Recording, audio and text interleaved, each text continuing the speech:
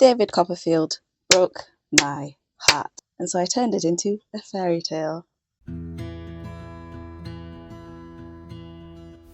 Hi friends, welcome back to my channel. If you are new here, my name is Salome and I'm an author illustrator based in Leeds in the UK. I decided to take part in Inktober, which is a month-long drawing challenge in October where you draw every day using ink on paper. It was a challenge created in 2009 by Jake Parker as a way to improve his inking skills and develop positive drawing habits. I haven't participated in Inktober properly since 2018, and back then I followed the prompt list, so I was really excited to just get the opportunity to participate again. Normally people do join the official prompt list or they create their own prompts. This year I decided to illustrate a fairy tale that I wrote back in June. This is a pretty long video, so grab yourself a coffee, a tea or whatever you like to drink, pull up a chair and let's get into it. So for this challenge I decided to buy an A4 Ohuhu marker pad or sketchbook, and it has held up pretty well despite being misused, abused and roughly handled throughout this whole Inktober challenge. However, it has come away from the cover and it's not really holding on to the cover anymore, but the pages are still sticking together, which is great, and I keep it within the cover just to keep it safe. I recovered the cover because it got really dirty, so I covered it with a fresh piece of card and I used some royal inspired washi tape because the prince and the angel. I'm really pleased with the quality of the paper. It has held up really well to my markers, to my ink and to using water. It hasn't bled through at all and it has held up just amazingly. So I'll definitely be buying another one of these for future projects. So before we start, I'll just go through some of my tools. These are basically some of the pens and inks that I used to create this fairy tale. They'll all be written and linked down below as well, for those of you who are interested. First up, the Tombow Fudenosuke pen. It is a brush tip, I think it is the hard tip. This was my favourite pen for inking, and I basically used it to ink this whole story. I loved it so much I went and bought another two, so this is actually the second one, and I have a fresh one for a colouring book that I'm thinking of doing for Christmas. I used a Pigma MB Sakura pen for filling in black areas, some dark areas. Two Poscas, my white Posca, and I have it in multiple sizes, and I flipping love this Posca pen. It's so good for for doing sparkles and outlines that I need to be opaque, and the Posca in gold metallic as well for the gold details. Excellent pens, absolutely love them. A Staedtler triplus colour in grey, which is part of a really old highlighter set that I bought when I was in university years ago. And to write the actual fairy tale text with, I used this Calli calligraphy ink, which was amazing. I did try to use Daily Rowney black ink, but it just didn't work as well as the calligraphy ink. And a red Sharpie, nothing special, permanent marker, fine point, for colouring in the prince's cape. However, I realised that my Sharpie was beginning to run out, so I ran out to the shop to buy red ink to paint the cape in with instead, especially large areas. At first I bought Winsor & Newton's Scarlet, but that came out magenta and I was like, no, this is not the colour I want. So I had to go back and exchange it for deep red instead, and this colour matched really well with the Sharpie, so I was really pleased. I bought some Daily Rowney Art Masking Fluid. I've never used masking fluid before, and I only ended up using it once in this whole challenge. With the masking fluid came an applicator pen, or brush rather. It has the brush end and the silicone end, and this became my go-to paintbrush for this, and one of my favourite brushes now. Is unexpectedly really good. I sketched everything using just a regular HB pencil that I found downstairs. And the same for the eraser or the rubber. Yeah, it's just an old rubber from, I don't know, a WH Smith that I bought years ago. My palette looks like crap because I neglected it, and I'm shaming myself on video by telling everyone that. It's just an old palette though that I've had for years and years, and I sacrificed it for Inktober because ink is really hard to get out of things, and I was just like, yeah, this is an old palette, I'm not precious about it, I just need something to put the ink in and I'm gonna throw it away anyway, so it doesn't matter. These two glasses have been living on my table during this. So I have one glass that I would clean my brush with, and then the second one would be to really make sure that my brush is clean. I have this old dip pen that I think I got it from Hobbycraft in 2018, something like that, and I've never used it properly, and it was really exciting to get to use it properly for this project. And that is basically it for my materials list, so we can get into the actual sketchbook now. So if you're not aware, David Copperfield is a novel by Charles Dickens which was published back in 1850. I picked it up in May. I was in Portsmouth, where Charles Dickens was born, for a graphic novel workshop with Lewis Hancock's for Portsmouth Comic Con, and I picked up a bunch of Dickens's books. I started reading David Copperfield in June and I fell in love with it, and I've been obsessed for the past 6 months or so The Prince and the Angel is basically the culmination of that obsession. So the very first thing I did before I even thought about opening the sketchbook was to sketch, and I sketched out so many designs for the Prince and the Angel on just basic printer paper. As I'm a mainly digital artist, I was basically just warming up and testing out pens and just figuring out how to traditional art again. But I was also building up an idea for where I wanted to take the Prince and the Angel. Pinterest was my best friend through this challenge. I knew I wanted to handwrite the fairy tale, so I was also practicing calligraphy, and I got a video where I was preparing for Inktober up on my channel. So on the first page of the sketchbook, I decided to just commit and start with our angel for the story, who is David, who is the title character in David Copperfield. I basically summed up David Copperfield in fairy tale language, which is what the Prince and the Angel is. I love David. He's so many things. He is a bit of a hot mess. He's a fluff ball. He's a cinnamon roll. He's kind of queer-coded quite a lot. He's so relatable in so many ways. He's very trusting as a character, which means he can be taken advantage of, which proves to be a negative in the end.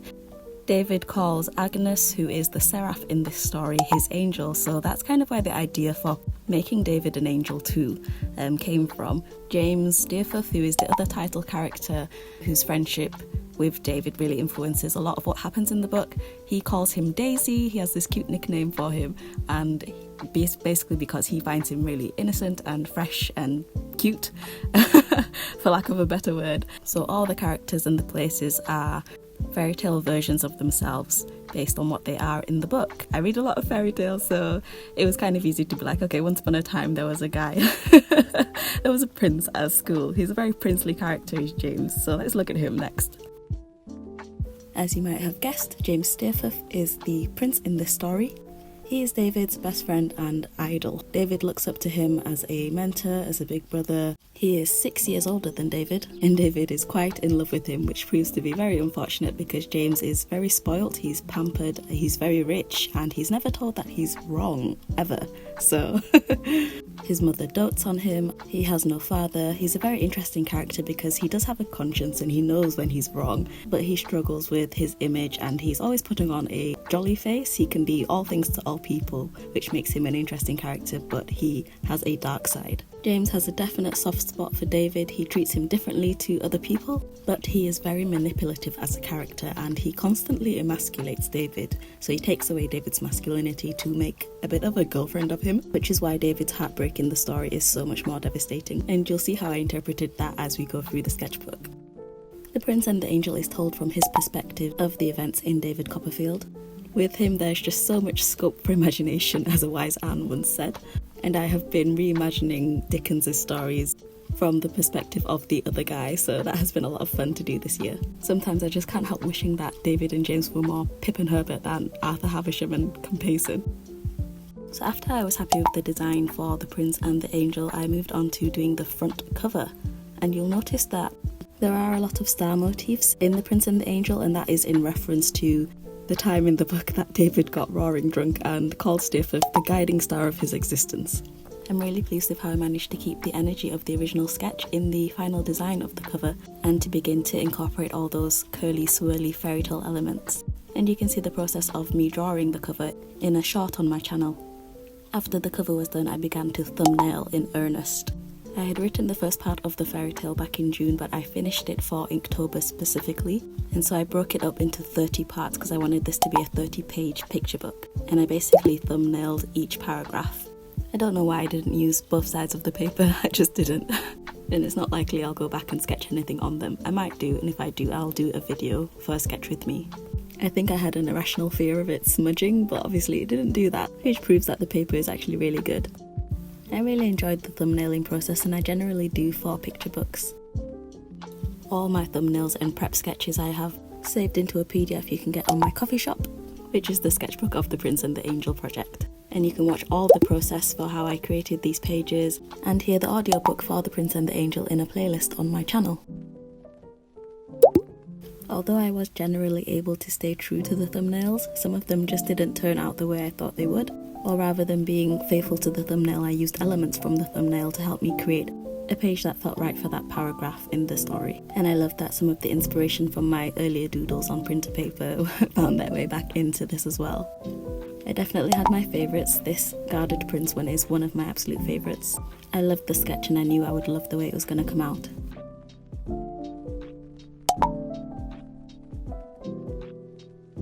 And now we're finally getting into the actual illustrations for this storybook. So the first page is always the hardest, and I must have erased this face like a million times, but I'm so glad the paper held up to all my erasing.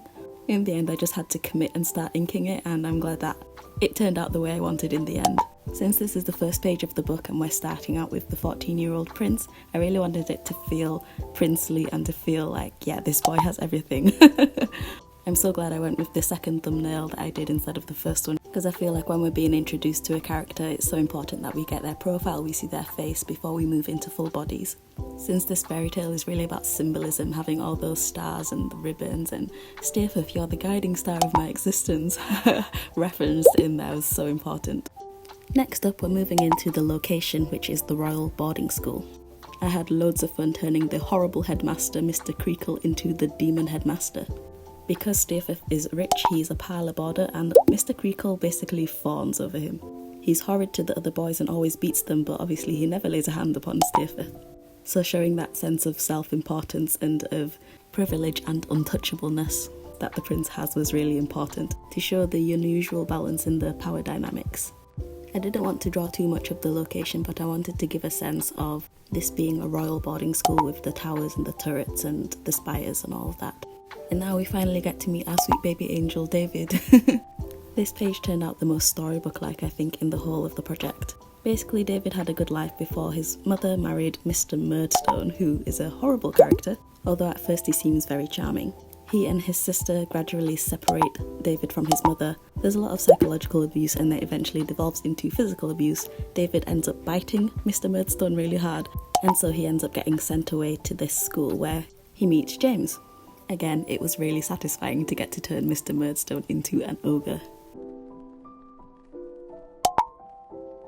At the school, 8-year-old David meets 14-year-old James. When David first arrives at the school, he's forced to wear a sign that says, "Take care of him, he bites." He's sent to the school during the holidays, so he's alone for about a month before all the other boys even come back. And then when they come back, he's not seen as being formally received into the school until Staedtler arrives. They carry him to him like a jury to a magistrate underneath the playground shed, and Staedtler declares the sign a jolly shame. He immediately begins to manipulate David and takes his money for a midnight spread. At that midnight spread, David finds out that the demon headmaster's daughter is in love with Staedtler, and as he thinks of his nice voice and his fine face and his easy manner, he thinks, yeah, it's probably true. David finds Staedtler very handsome, and it's clear that Staedtler likes David's appearance just as much, because before they go to bed he says, "You haven't got a sister, have you?" "No," I answered. "That's a pity," said Staedtler. "If you had one, I should think you should have been a pretty, little, timid, bright-eyed sort of girl. I should have liked to know her." And you can make of that what you will. I really like the feeling of the sense of arrival that I get from this page, because David is very starry-eyed at meeting James, and James is likewise starry-eyed at meeting David. At the school, Staedtler takes David under his wing and promises to look after him, and he proves a very good friend.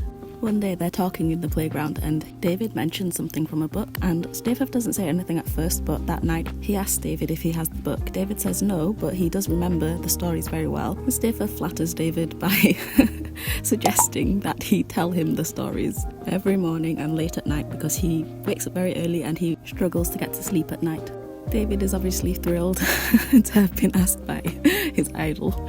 although it proves difficult in the long run. Because David is only an 8-year-old boy, he gets very sleepy at night and it's hard to wake him up in the morning, but he does carry on telling the stories like the Sultana Scheherazade. In return, Staedtler does help David with his sums and books and anything that's too hard for him, and because David admires and loves him, his attention and approval is enough. I really tried to get across the magical feeling that stories kind of give you, especially being told a story and how that feels. This event brings them so much closer together. They were already really friendly and they are friendlier after this. This is a really interesting point in the story because David has already admitted to himself that he likes Staedtler's voice, and clearly our prince doesn't hate the sound of the angel's voice. And so they passed their days. The previous page and this one were so lovely to illustrate those sweet childhood moments that they both had. And I believe they were both really happy at this period of time, even though Mr. Creakle was still there beating the boys. Sometimes at night the other boys would stay up for the storytelling. Usually in the morning it was just the two of them that were awake. So thinking about them spending this special time together was just really interesting and nice. Even though they're only together for a year, it's a very sweet and innocent year. Getting that big brother pose in, it was so much fun. And putting our angel in choir boy clothes I felt was really appropriate and complimentary to his sweet voice. Because I didn't want the book to be too long, I knew I wanted to incorporate the text in some of the illustrations, which to me felt like a very fairy tale storybook medieval style thing to do, which is the vibe I was going for, and I think it worked. In this page I went a little off-piste from the original story because obviously David goes away and he doesn't see Staedtler for many years afterwards. On the day of his 9th birthday he gets the news that his mother has died. He gets sent home and he never returns because the Murdstones from that time on neglect him. And so I just had to imagine what James's perspective of the situation would have been, going from spending so much time with this adorable, earnest kid to suddenly being separated. During the year they spent together, Staedtler proved himself to be quite considerate at times, so I'd like to believe that he continued to think of David, maybe tried to get in contact with him, maybe tried to visit him, but was repulsed. Suddenly having such a happy piece of your life pulled away, it must have had a massive impact on James as a person, as is inevitable if you are told bedtime stories by someone else for a whole year. So the next stage of our prince's life is basically spent growing up. So for this page I really just wanted to capture the classic fairy tale prince vibe, on horseback with a sword raised high. I think my horse could have been better, but it is what it is. And although I kept this illustration really simple, the text page is more detailed. I did the text pages from the back of the book, so I'll show you those and I'll show you the finished spread as well. So yeah, this was an easy one. So the next time the prince and the angel meet is 8 years after David has left the school. Our angel is now 17 and the prince is 23. David went through a really hard 2 or 3 years after his mother died, but his life got better, he moved in with his aunt, and he's in London at this point, having just finished school and is kind of looking around to figure out what he wants to do with his life. He goes to the theatre to see a play and then he goes back to his hotel and he's kind of sitting daydreaming about the play. He notices that some other guy has come into the room and he notices that the guy is very well dressed. But it's late at night and he doesn't notice anything else. So thinking about this moment from the prince's perspective was really fun, especially because we know that David was pretty as a child and he must have grown up to be quite a good looking young man. So although David is not noticing anything, I'd like to think that Staedtler had noticed him. This is our classic coffee shop meet cute. Because it's late at night, David gets up and is about to go to bed, but to get out of the door he has to pass by the other guy. In doing so, he notices that it is his old buddy from school. And with a surge of confidence that he didn't know that he had, he walks up to him and says, "Staedtler, won't you speak to me?" It was so fun to get to turn one of my printer paper sketches into this moment. I knew it would be difficult to fit it all on the page, but I sketched it out the best I could. And I think we managed it. Changing up the text was also really fun, to go from "Staedtler, won't you speak to me" to "Your Majesty, won't you speak to me?" Just felt so right. I know some people were concerned that the prince did not recognise the angel at this point, but in the book, Staedtler does not recognise David at first. Remember that he was 8 years old when he last saw him, and now he is a 17-year-old teenager, so it takes a moment for it to click who it is, and it's likely he thought he would never see him again. This is the only page I used the masking fluid on, and I was really excited by how well it worked, so I'd love to try it again in a future illustration. The moment that Staedtler, or our prince, recognises the angel is so special. He goes from sitting down to suddenly standing up, grabbing a hold of David's hands and being like, "My God, it's little Copperfield." As David almost bursts into tears at meeting Staedtler again.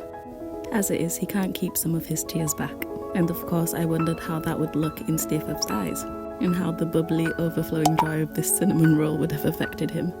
This page and the following spread were so much fun to do. I kind of see them as two halves of one another.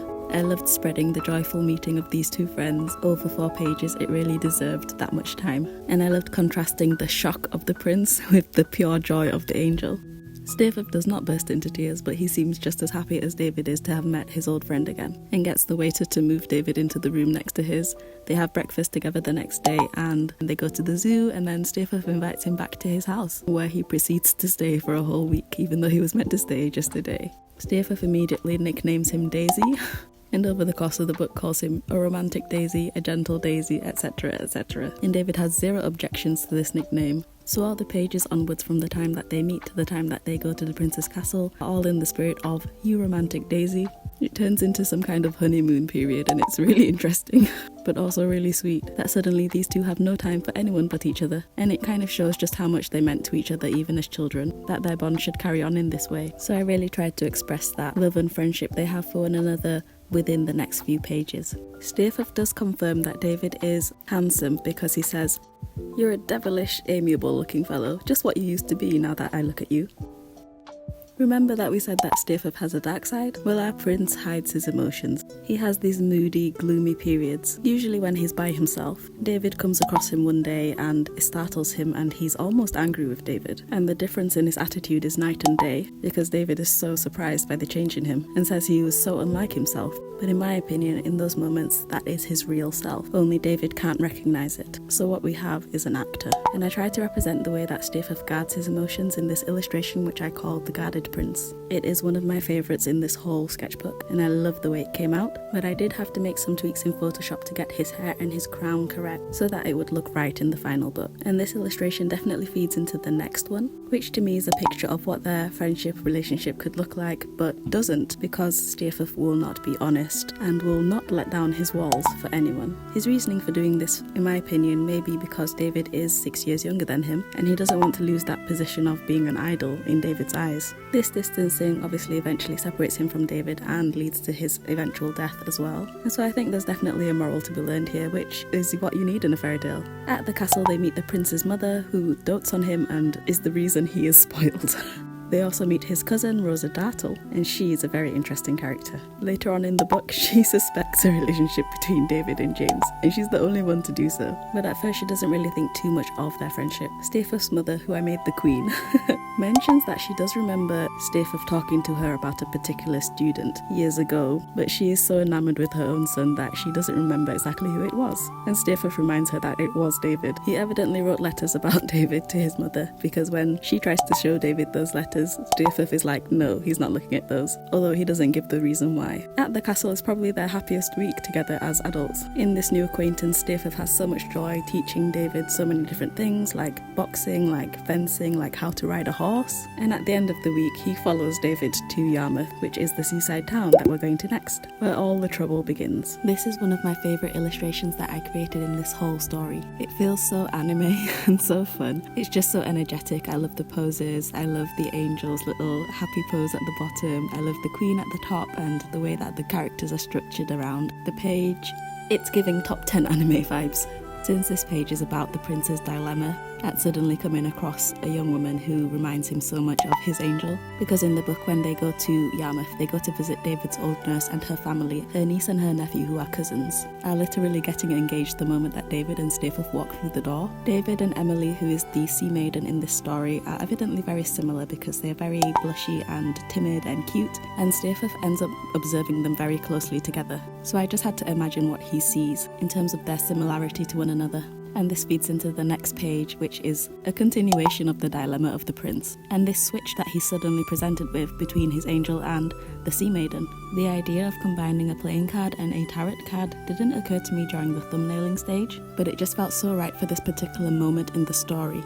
And it was actually very painful to draw because Staedtler has to fool David and kind of pull the wool over his eyes. So the same way he hides his emotions, he hides what he's thinking and feeling from David. So the fool can be taken in two ways. Either David is the fool or Staedtler is the fool, and so he makes the switch.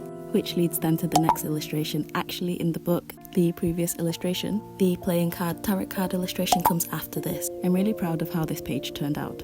Initially, I planned to just do the prince and the angel facing each other, but because this is an A4 page, my thumbnail didn't actually take account that I could fit one more person in there. And so putting the Sea Maiden, which is Emily, between the two of them really helped to complete the composition for this page and create some more symbolism and meaning, with the dividing dagger through the heart at the top and Princeps et Angelus at the bottom, prince and angel in Latin. The paper held up amazingly well because at first I painted it and then I used that grey Staedtler marker over the top just to add some texture. In the next illustration, the prince decides to lock his heart away. He reaches a crossroads, so he reaches a point where he can no longer resist the pull of the Sea Maiden, which is Emily, or the excitement that running away with her would afford him, and he reaches a point of being too afraid to talk about how he feels to David. And since so much of the drama happens in the seaside town and so much of the heartbreak, it felt appropriate to have the prince throw the chest that contains his passionate heart into the sea. Once the prince has effectively shut his conscience up, he's able to go ahead and do the thing that the devil on his shoulder was urging him to do. Emily, the Sea Maiden, had been asked by her cousin, the knight, to marry him once before but had said no. The second time that he asked, when Staedtler and David turned up, she had just said yes. Emily has always had this private desire that she would like to be a lady. Being from a poor family and someone who is a fisherman's daughter, she didn't have that prospect in life. She has always had this ambition and this desire since she has been a child. And as she's very pretty, when she meets Staedtler, he suddenly opens that door for her, and it is too much for her to resist. Ham, who is the knight and her cousin, is a very good man, but Staedtler can be exceedingly charming when he wants to be, insomuch that even David says that he finds him irresistible. So this page was really just to illustrate their evil stars crossing. Emily could be a fisherman's wife, or she could go away with this handsome gentleman who persuades her that she could become a lady if she'll only go away with him and not throw her beauty away on a fisherman. While both the prince and the maiden are stuck between a rock and a hard place, and they're both pretty desperate, and so they run away together, and obviously that has a terrible effect on the Sea Maiden's family and on the angel. David is shattered on finding out and bursts into tears, and as he finds out in the seaside town, it felt natural as part of the fairy tale that his tears should wash into the sea, where they would be felt as drops of blood by the Sea King. I'm really proud of how the waves turned out on this page. They look so animated and lively. After his heartbreak, David, who has a crush on his employer's daughter, throws himself desperately into loving her all the more. He loves Staedtler so much that the heartbreak that this causes him is almost too painful for him to think about. He stops referring to Staedtler by name and starts just using his pronouns whenever he's referring to him.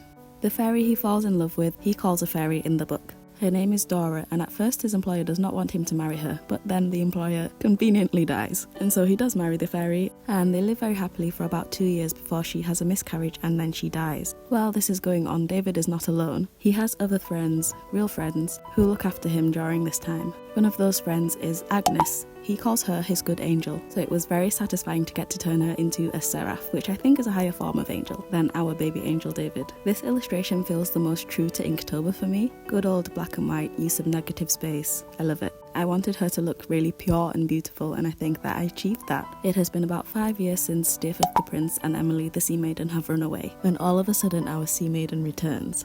As it unsurprisingly turns out, the prince did not marry her. He in fact deserted her after they had started arguing a bit too much for him. Because although Emily, our Sea Maiden, had managed to be happy overseas with Staedtler, despite them both breaking two good men's hearts, she would sometimes feel guilty for what she had done, and she would have moments of being really despondent. And eventually Staedtler got fed up with it, probably because it very uncomfortably reminded him of what he had done and whose heart he had broken. He left her to the tender mercies of his servant, who then locked her up and tried to marry her. She escaped, ended up with amnesia for a bit, and then she made her way back to England, where she almost ended up in a brothel, but was saved at the last minute. She, her uncle and a few others emigrate to Australia. Meanwhile, David is still left here with a broken heart, knowing that Staedtler is out there, but he's just not coming home. Eventually, however, the day does come, and the event that follows is probably the most tragic thing I've ever read. I wanted these two pages to face each other, so I made sure that they were both text pages, similar to the earlier text pages from their childhood. The Sea Maiden's return and the Prince's return. And I absolutely love how they both turned out, but especially the Prince's return. The border of waves was so fun to do, and the angel with his tears being symbolically the cause of the storm that is blown up by the Sea King in response to the angel's pain and anguish that happened 5 years prior. These pages were definitely bringing us to the climax of the story, and the starry border down the side is kind of like a film or movie reel. The prince was going to have to face the Sea King's wrath sooner or later for breaking a pure heart that loved it so completely. Even after Staedtler broke David's heart, he continued to love him and loved him all the more. At this point in the story, Staedtler has long curly hair, and I absolutely love his design, so even though he supposedly died, I'm going to have to draw him again. Afterlife spin-off, who knows? The effect of this giant head breaking the waves to compound the prince's terror and bring home that he really messed up, I think is so effective in black and white. So while this terrible storm is blowing up in Yarmouth, David is on the shore, pacing back and forth while Ham, the valiant knight, is swimming out to save people who are caught in a wreck. David cannot tell that Staedtler is a part of those caught in the wreck, but there's something particularly familiar about the wave of his hand. Ham is about to save Staedtler when a massive wave crashes down on them and kills them both. However, Ham has a line tied to him, so he's pulled to shore, and it's only a short while later, when David is grieving over Ham's death, that a fisherman turns up and tells him that a body has washed up. The death of Staedtler breaks David. His wife has recently died, and now Ham is dead, and now his best friend, or the love of his life, is dead too. I had to colour both their hearts in at this moment, even though it was too late for a real reconnection. I just wanted to show a last burst of love and friendship. After the knight and the prince die, and the family of the sea maiden permanently emigrate, David takes himself on a 3-year sabbatical. He goes through such an intense period of mourning and depression that he feels that it will kill him. And as I really needed closure to this story, in realising that David could still receive letters overseas while he's wandering and looking for peace, I thought how lovely it would be to have closure from the prince in the form of a letter. Again, I just had to get into Staedtler's mind and imagine what he was thinking and feeling, and create a conclusion for the prince and the angel based on Staedtler's words and actions and his behaviour towards David. He's very sweet to David, even up to the last moment. Right before he runs away with Emily, he says something that is really unusual, and he insinuates that if David had been a real-life Daisy, he would have run away with him instead. Which takes us back full circle to the beginning of the book, when David is born, and the reason he doesn't see his aunt for many, many years is because she hoped and expected that he would have been born a girl. And so Dickens plays with this idea of gender being an obstacle for some, like Staedtler, and a catalyst to tragedy for others, like David and Emily. And at last we get to the final page of this book. Now that all the other loves of David's life have been stripped away, he is left with Agnes, his good angel. She has always loved him all her life. At last our baby angel has a chance at happiness. And so I really wanted this page to feel so joyful. I absolutely filled it with stars, and I added a little bit of colour with the pink ombre. And now we're going to flip to the back of the book and see the text pages really quick because this video is super long. Like I said, I really wanted to handwrite the text for this fairy tale, but my handwriting just kept getting worse and worse as I was going along, so I ended up creating a font and using that in the final book, just so that other people beside myself can read it. It was actually more difficult to do the text pages away from the illustrations than I had thought it would be, so I was really pleased when I got everything into InDesign and I was able to see that the pages actually looked good together as spreads. Depending on the length of the paragraph that I was illustrating, I was either able to add more illustration or less to the text pages, and the simpler ones are actually my favourite ones. In the end, this was such a satisfying and fun project to work on, and it gave me a chance to add some black and white to my portfolio and some hand-drawn art as well. It definitely scratched my traditional art itch, as well as gave me the opportunity to illustrate this book that I really love in a format that I really love. It gave me much needed time away from illustrating on a screen and helped me prove to myself that I can actually draw. I'll leave you with some music and these text pages.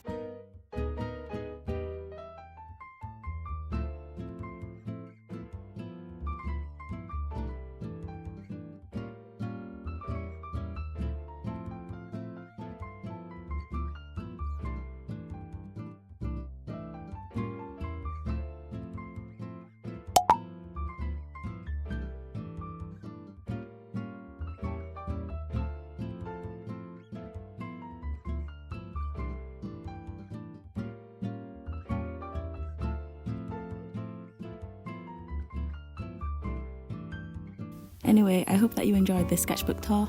I had so much fun creating a book while I was between books, and I created several pieces of art with this project that I really truly love. If you like them too, you can find them on my Redbubble shop, and if you'd like to read The Prince and the Angel and have a copy of it for yourself, you can get the ebook, both of the sketchbook and of the finished book, on my coffee shop. Physical signed copies with extra goodies and an exclusive zine are up for pre-orders for another week, closing on Sunday the 16th of November. After that, you will be able to buy a physical unsigned copy from my print-on-demand publisher. That is, if you enjoy the story enough to want it in your bookshelf. I hope this fairy tale encourages you to pick up David Copperfield. It is a brilliant book, and if it breaks your heart like it broke mine, no fear, I got you. You can find an alternative sequence of events over on my Archive of Our Own. That is, if fluffy fanfiction is your thing. I really enjoyed turning this classic into a fairy tale. What classic books do you think would make really good fairy tales? Let me know in the comments below. Who knows, maybe each year we can add to this classics into fairy tales and make it an Inktober series. My coffee shop, my Redbubble and my fanfiction pages are all linked below. Do like and subscribe if you liked this video. Thank you so much for watching if you got this far, and I shall see you all again soon.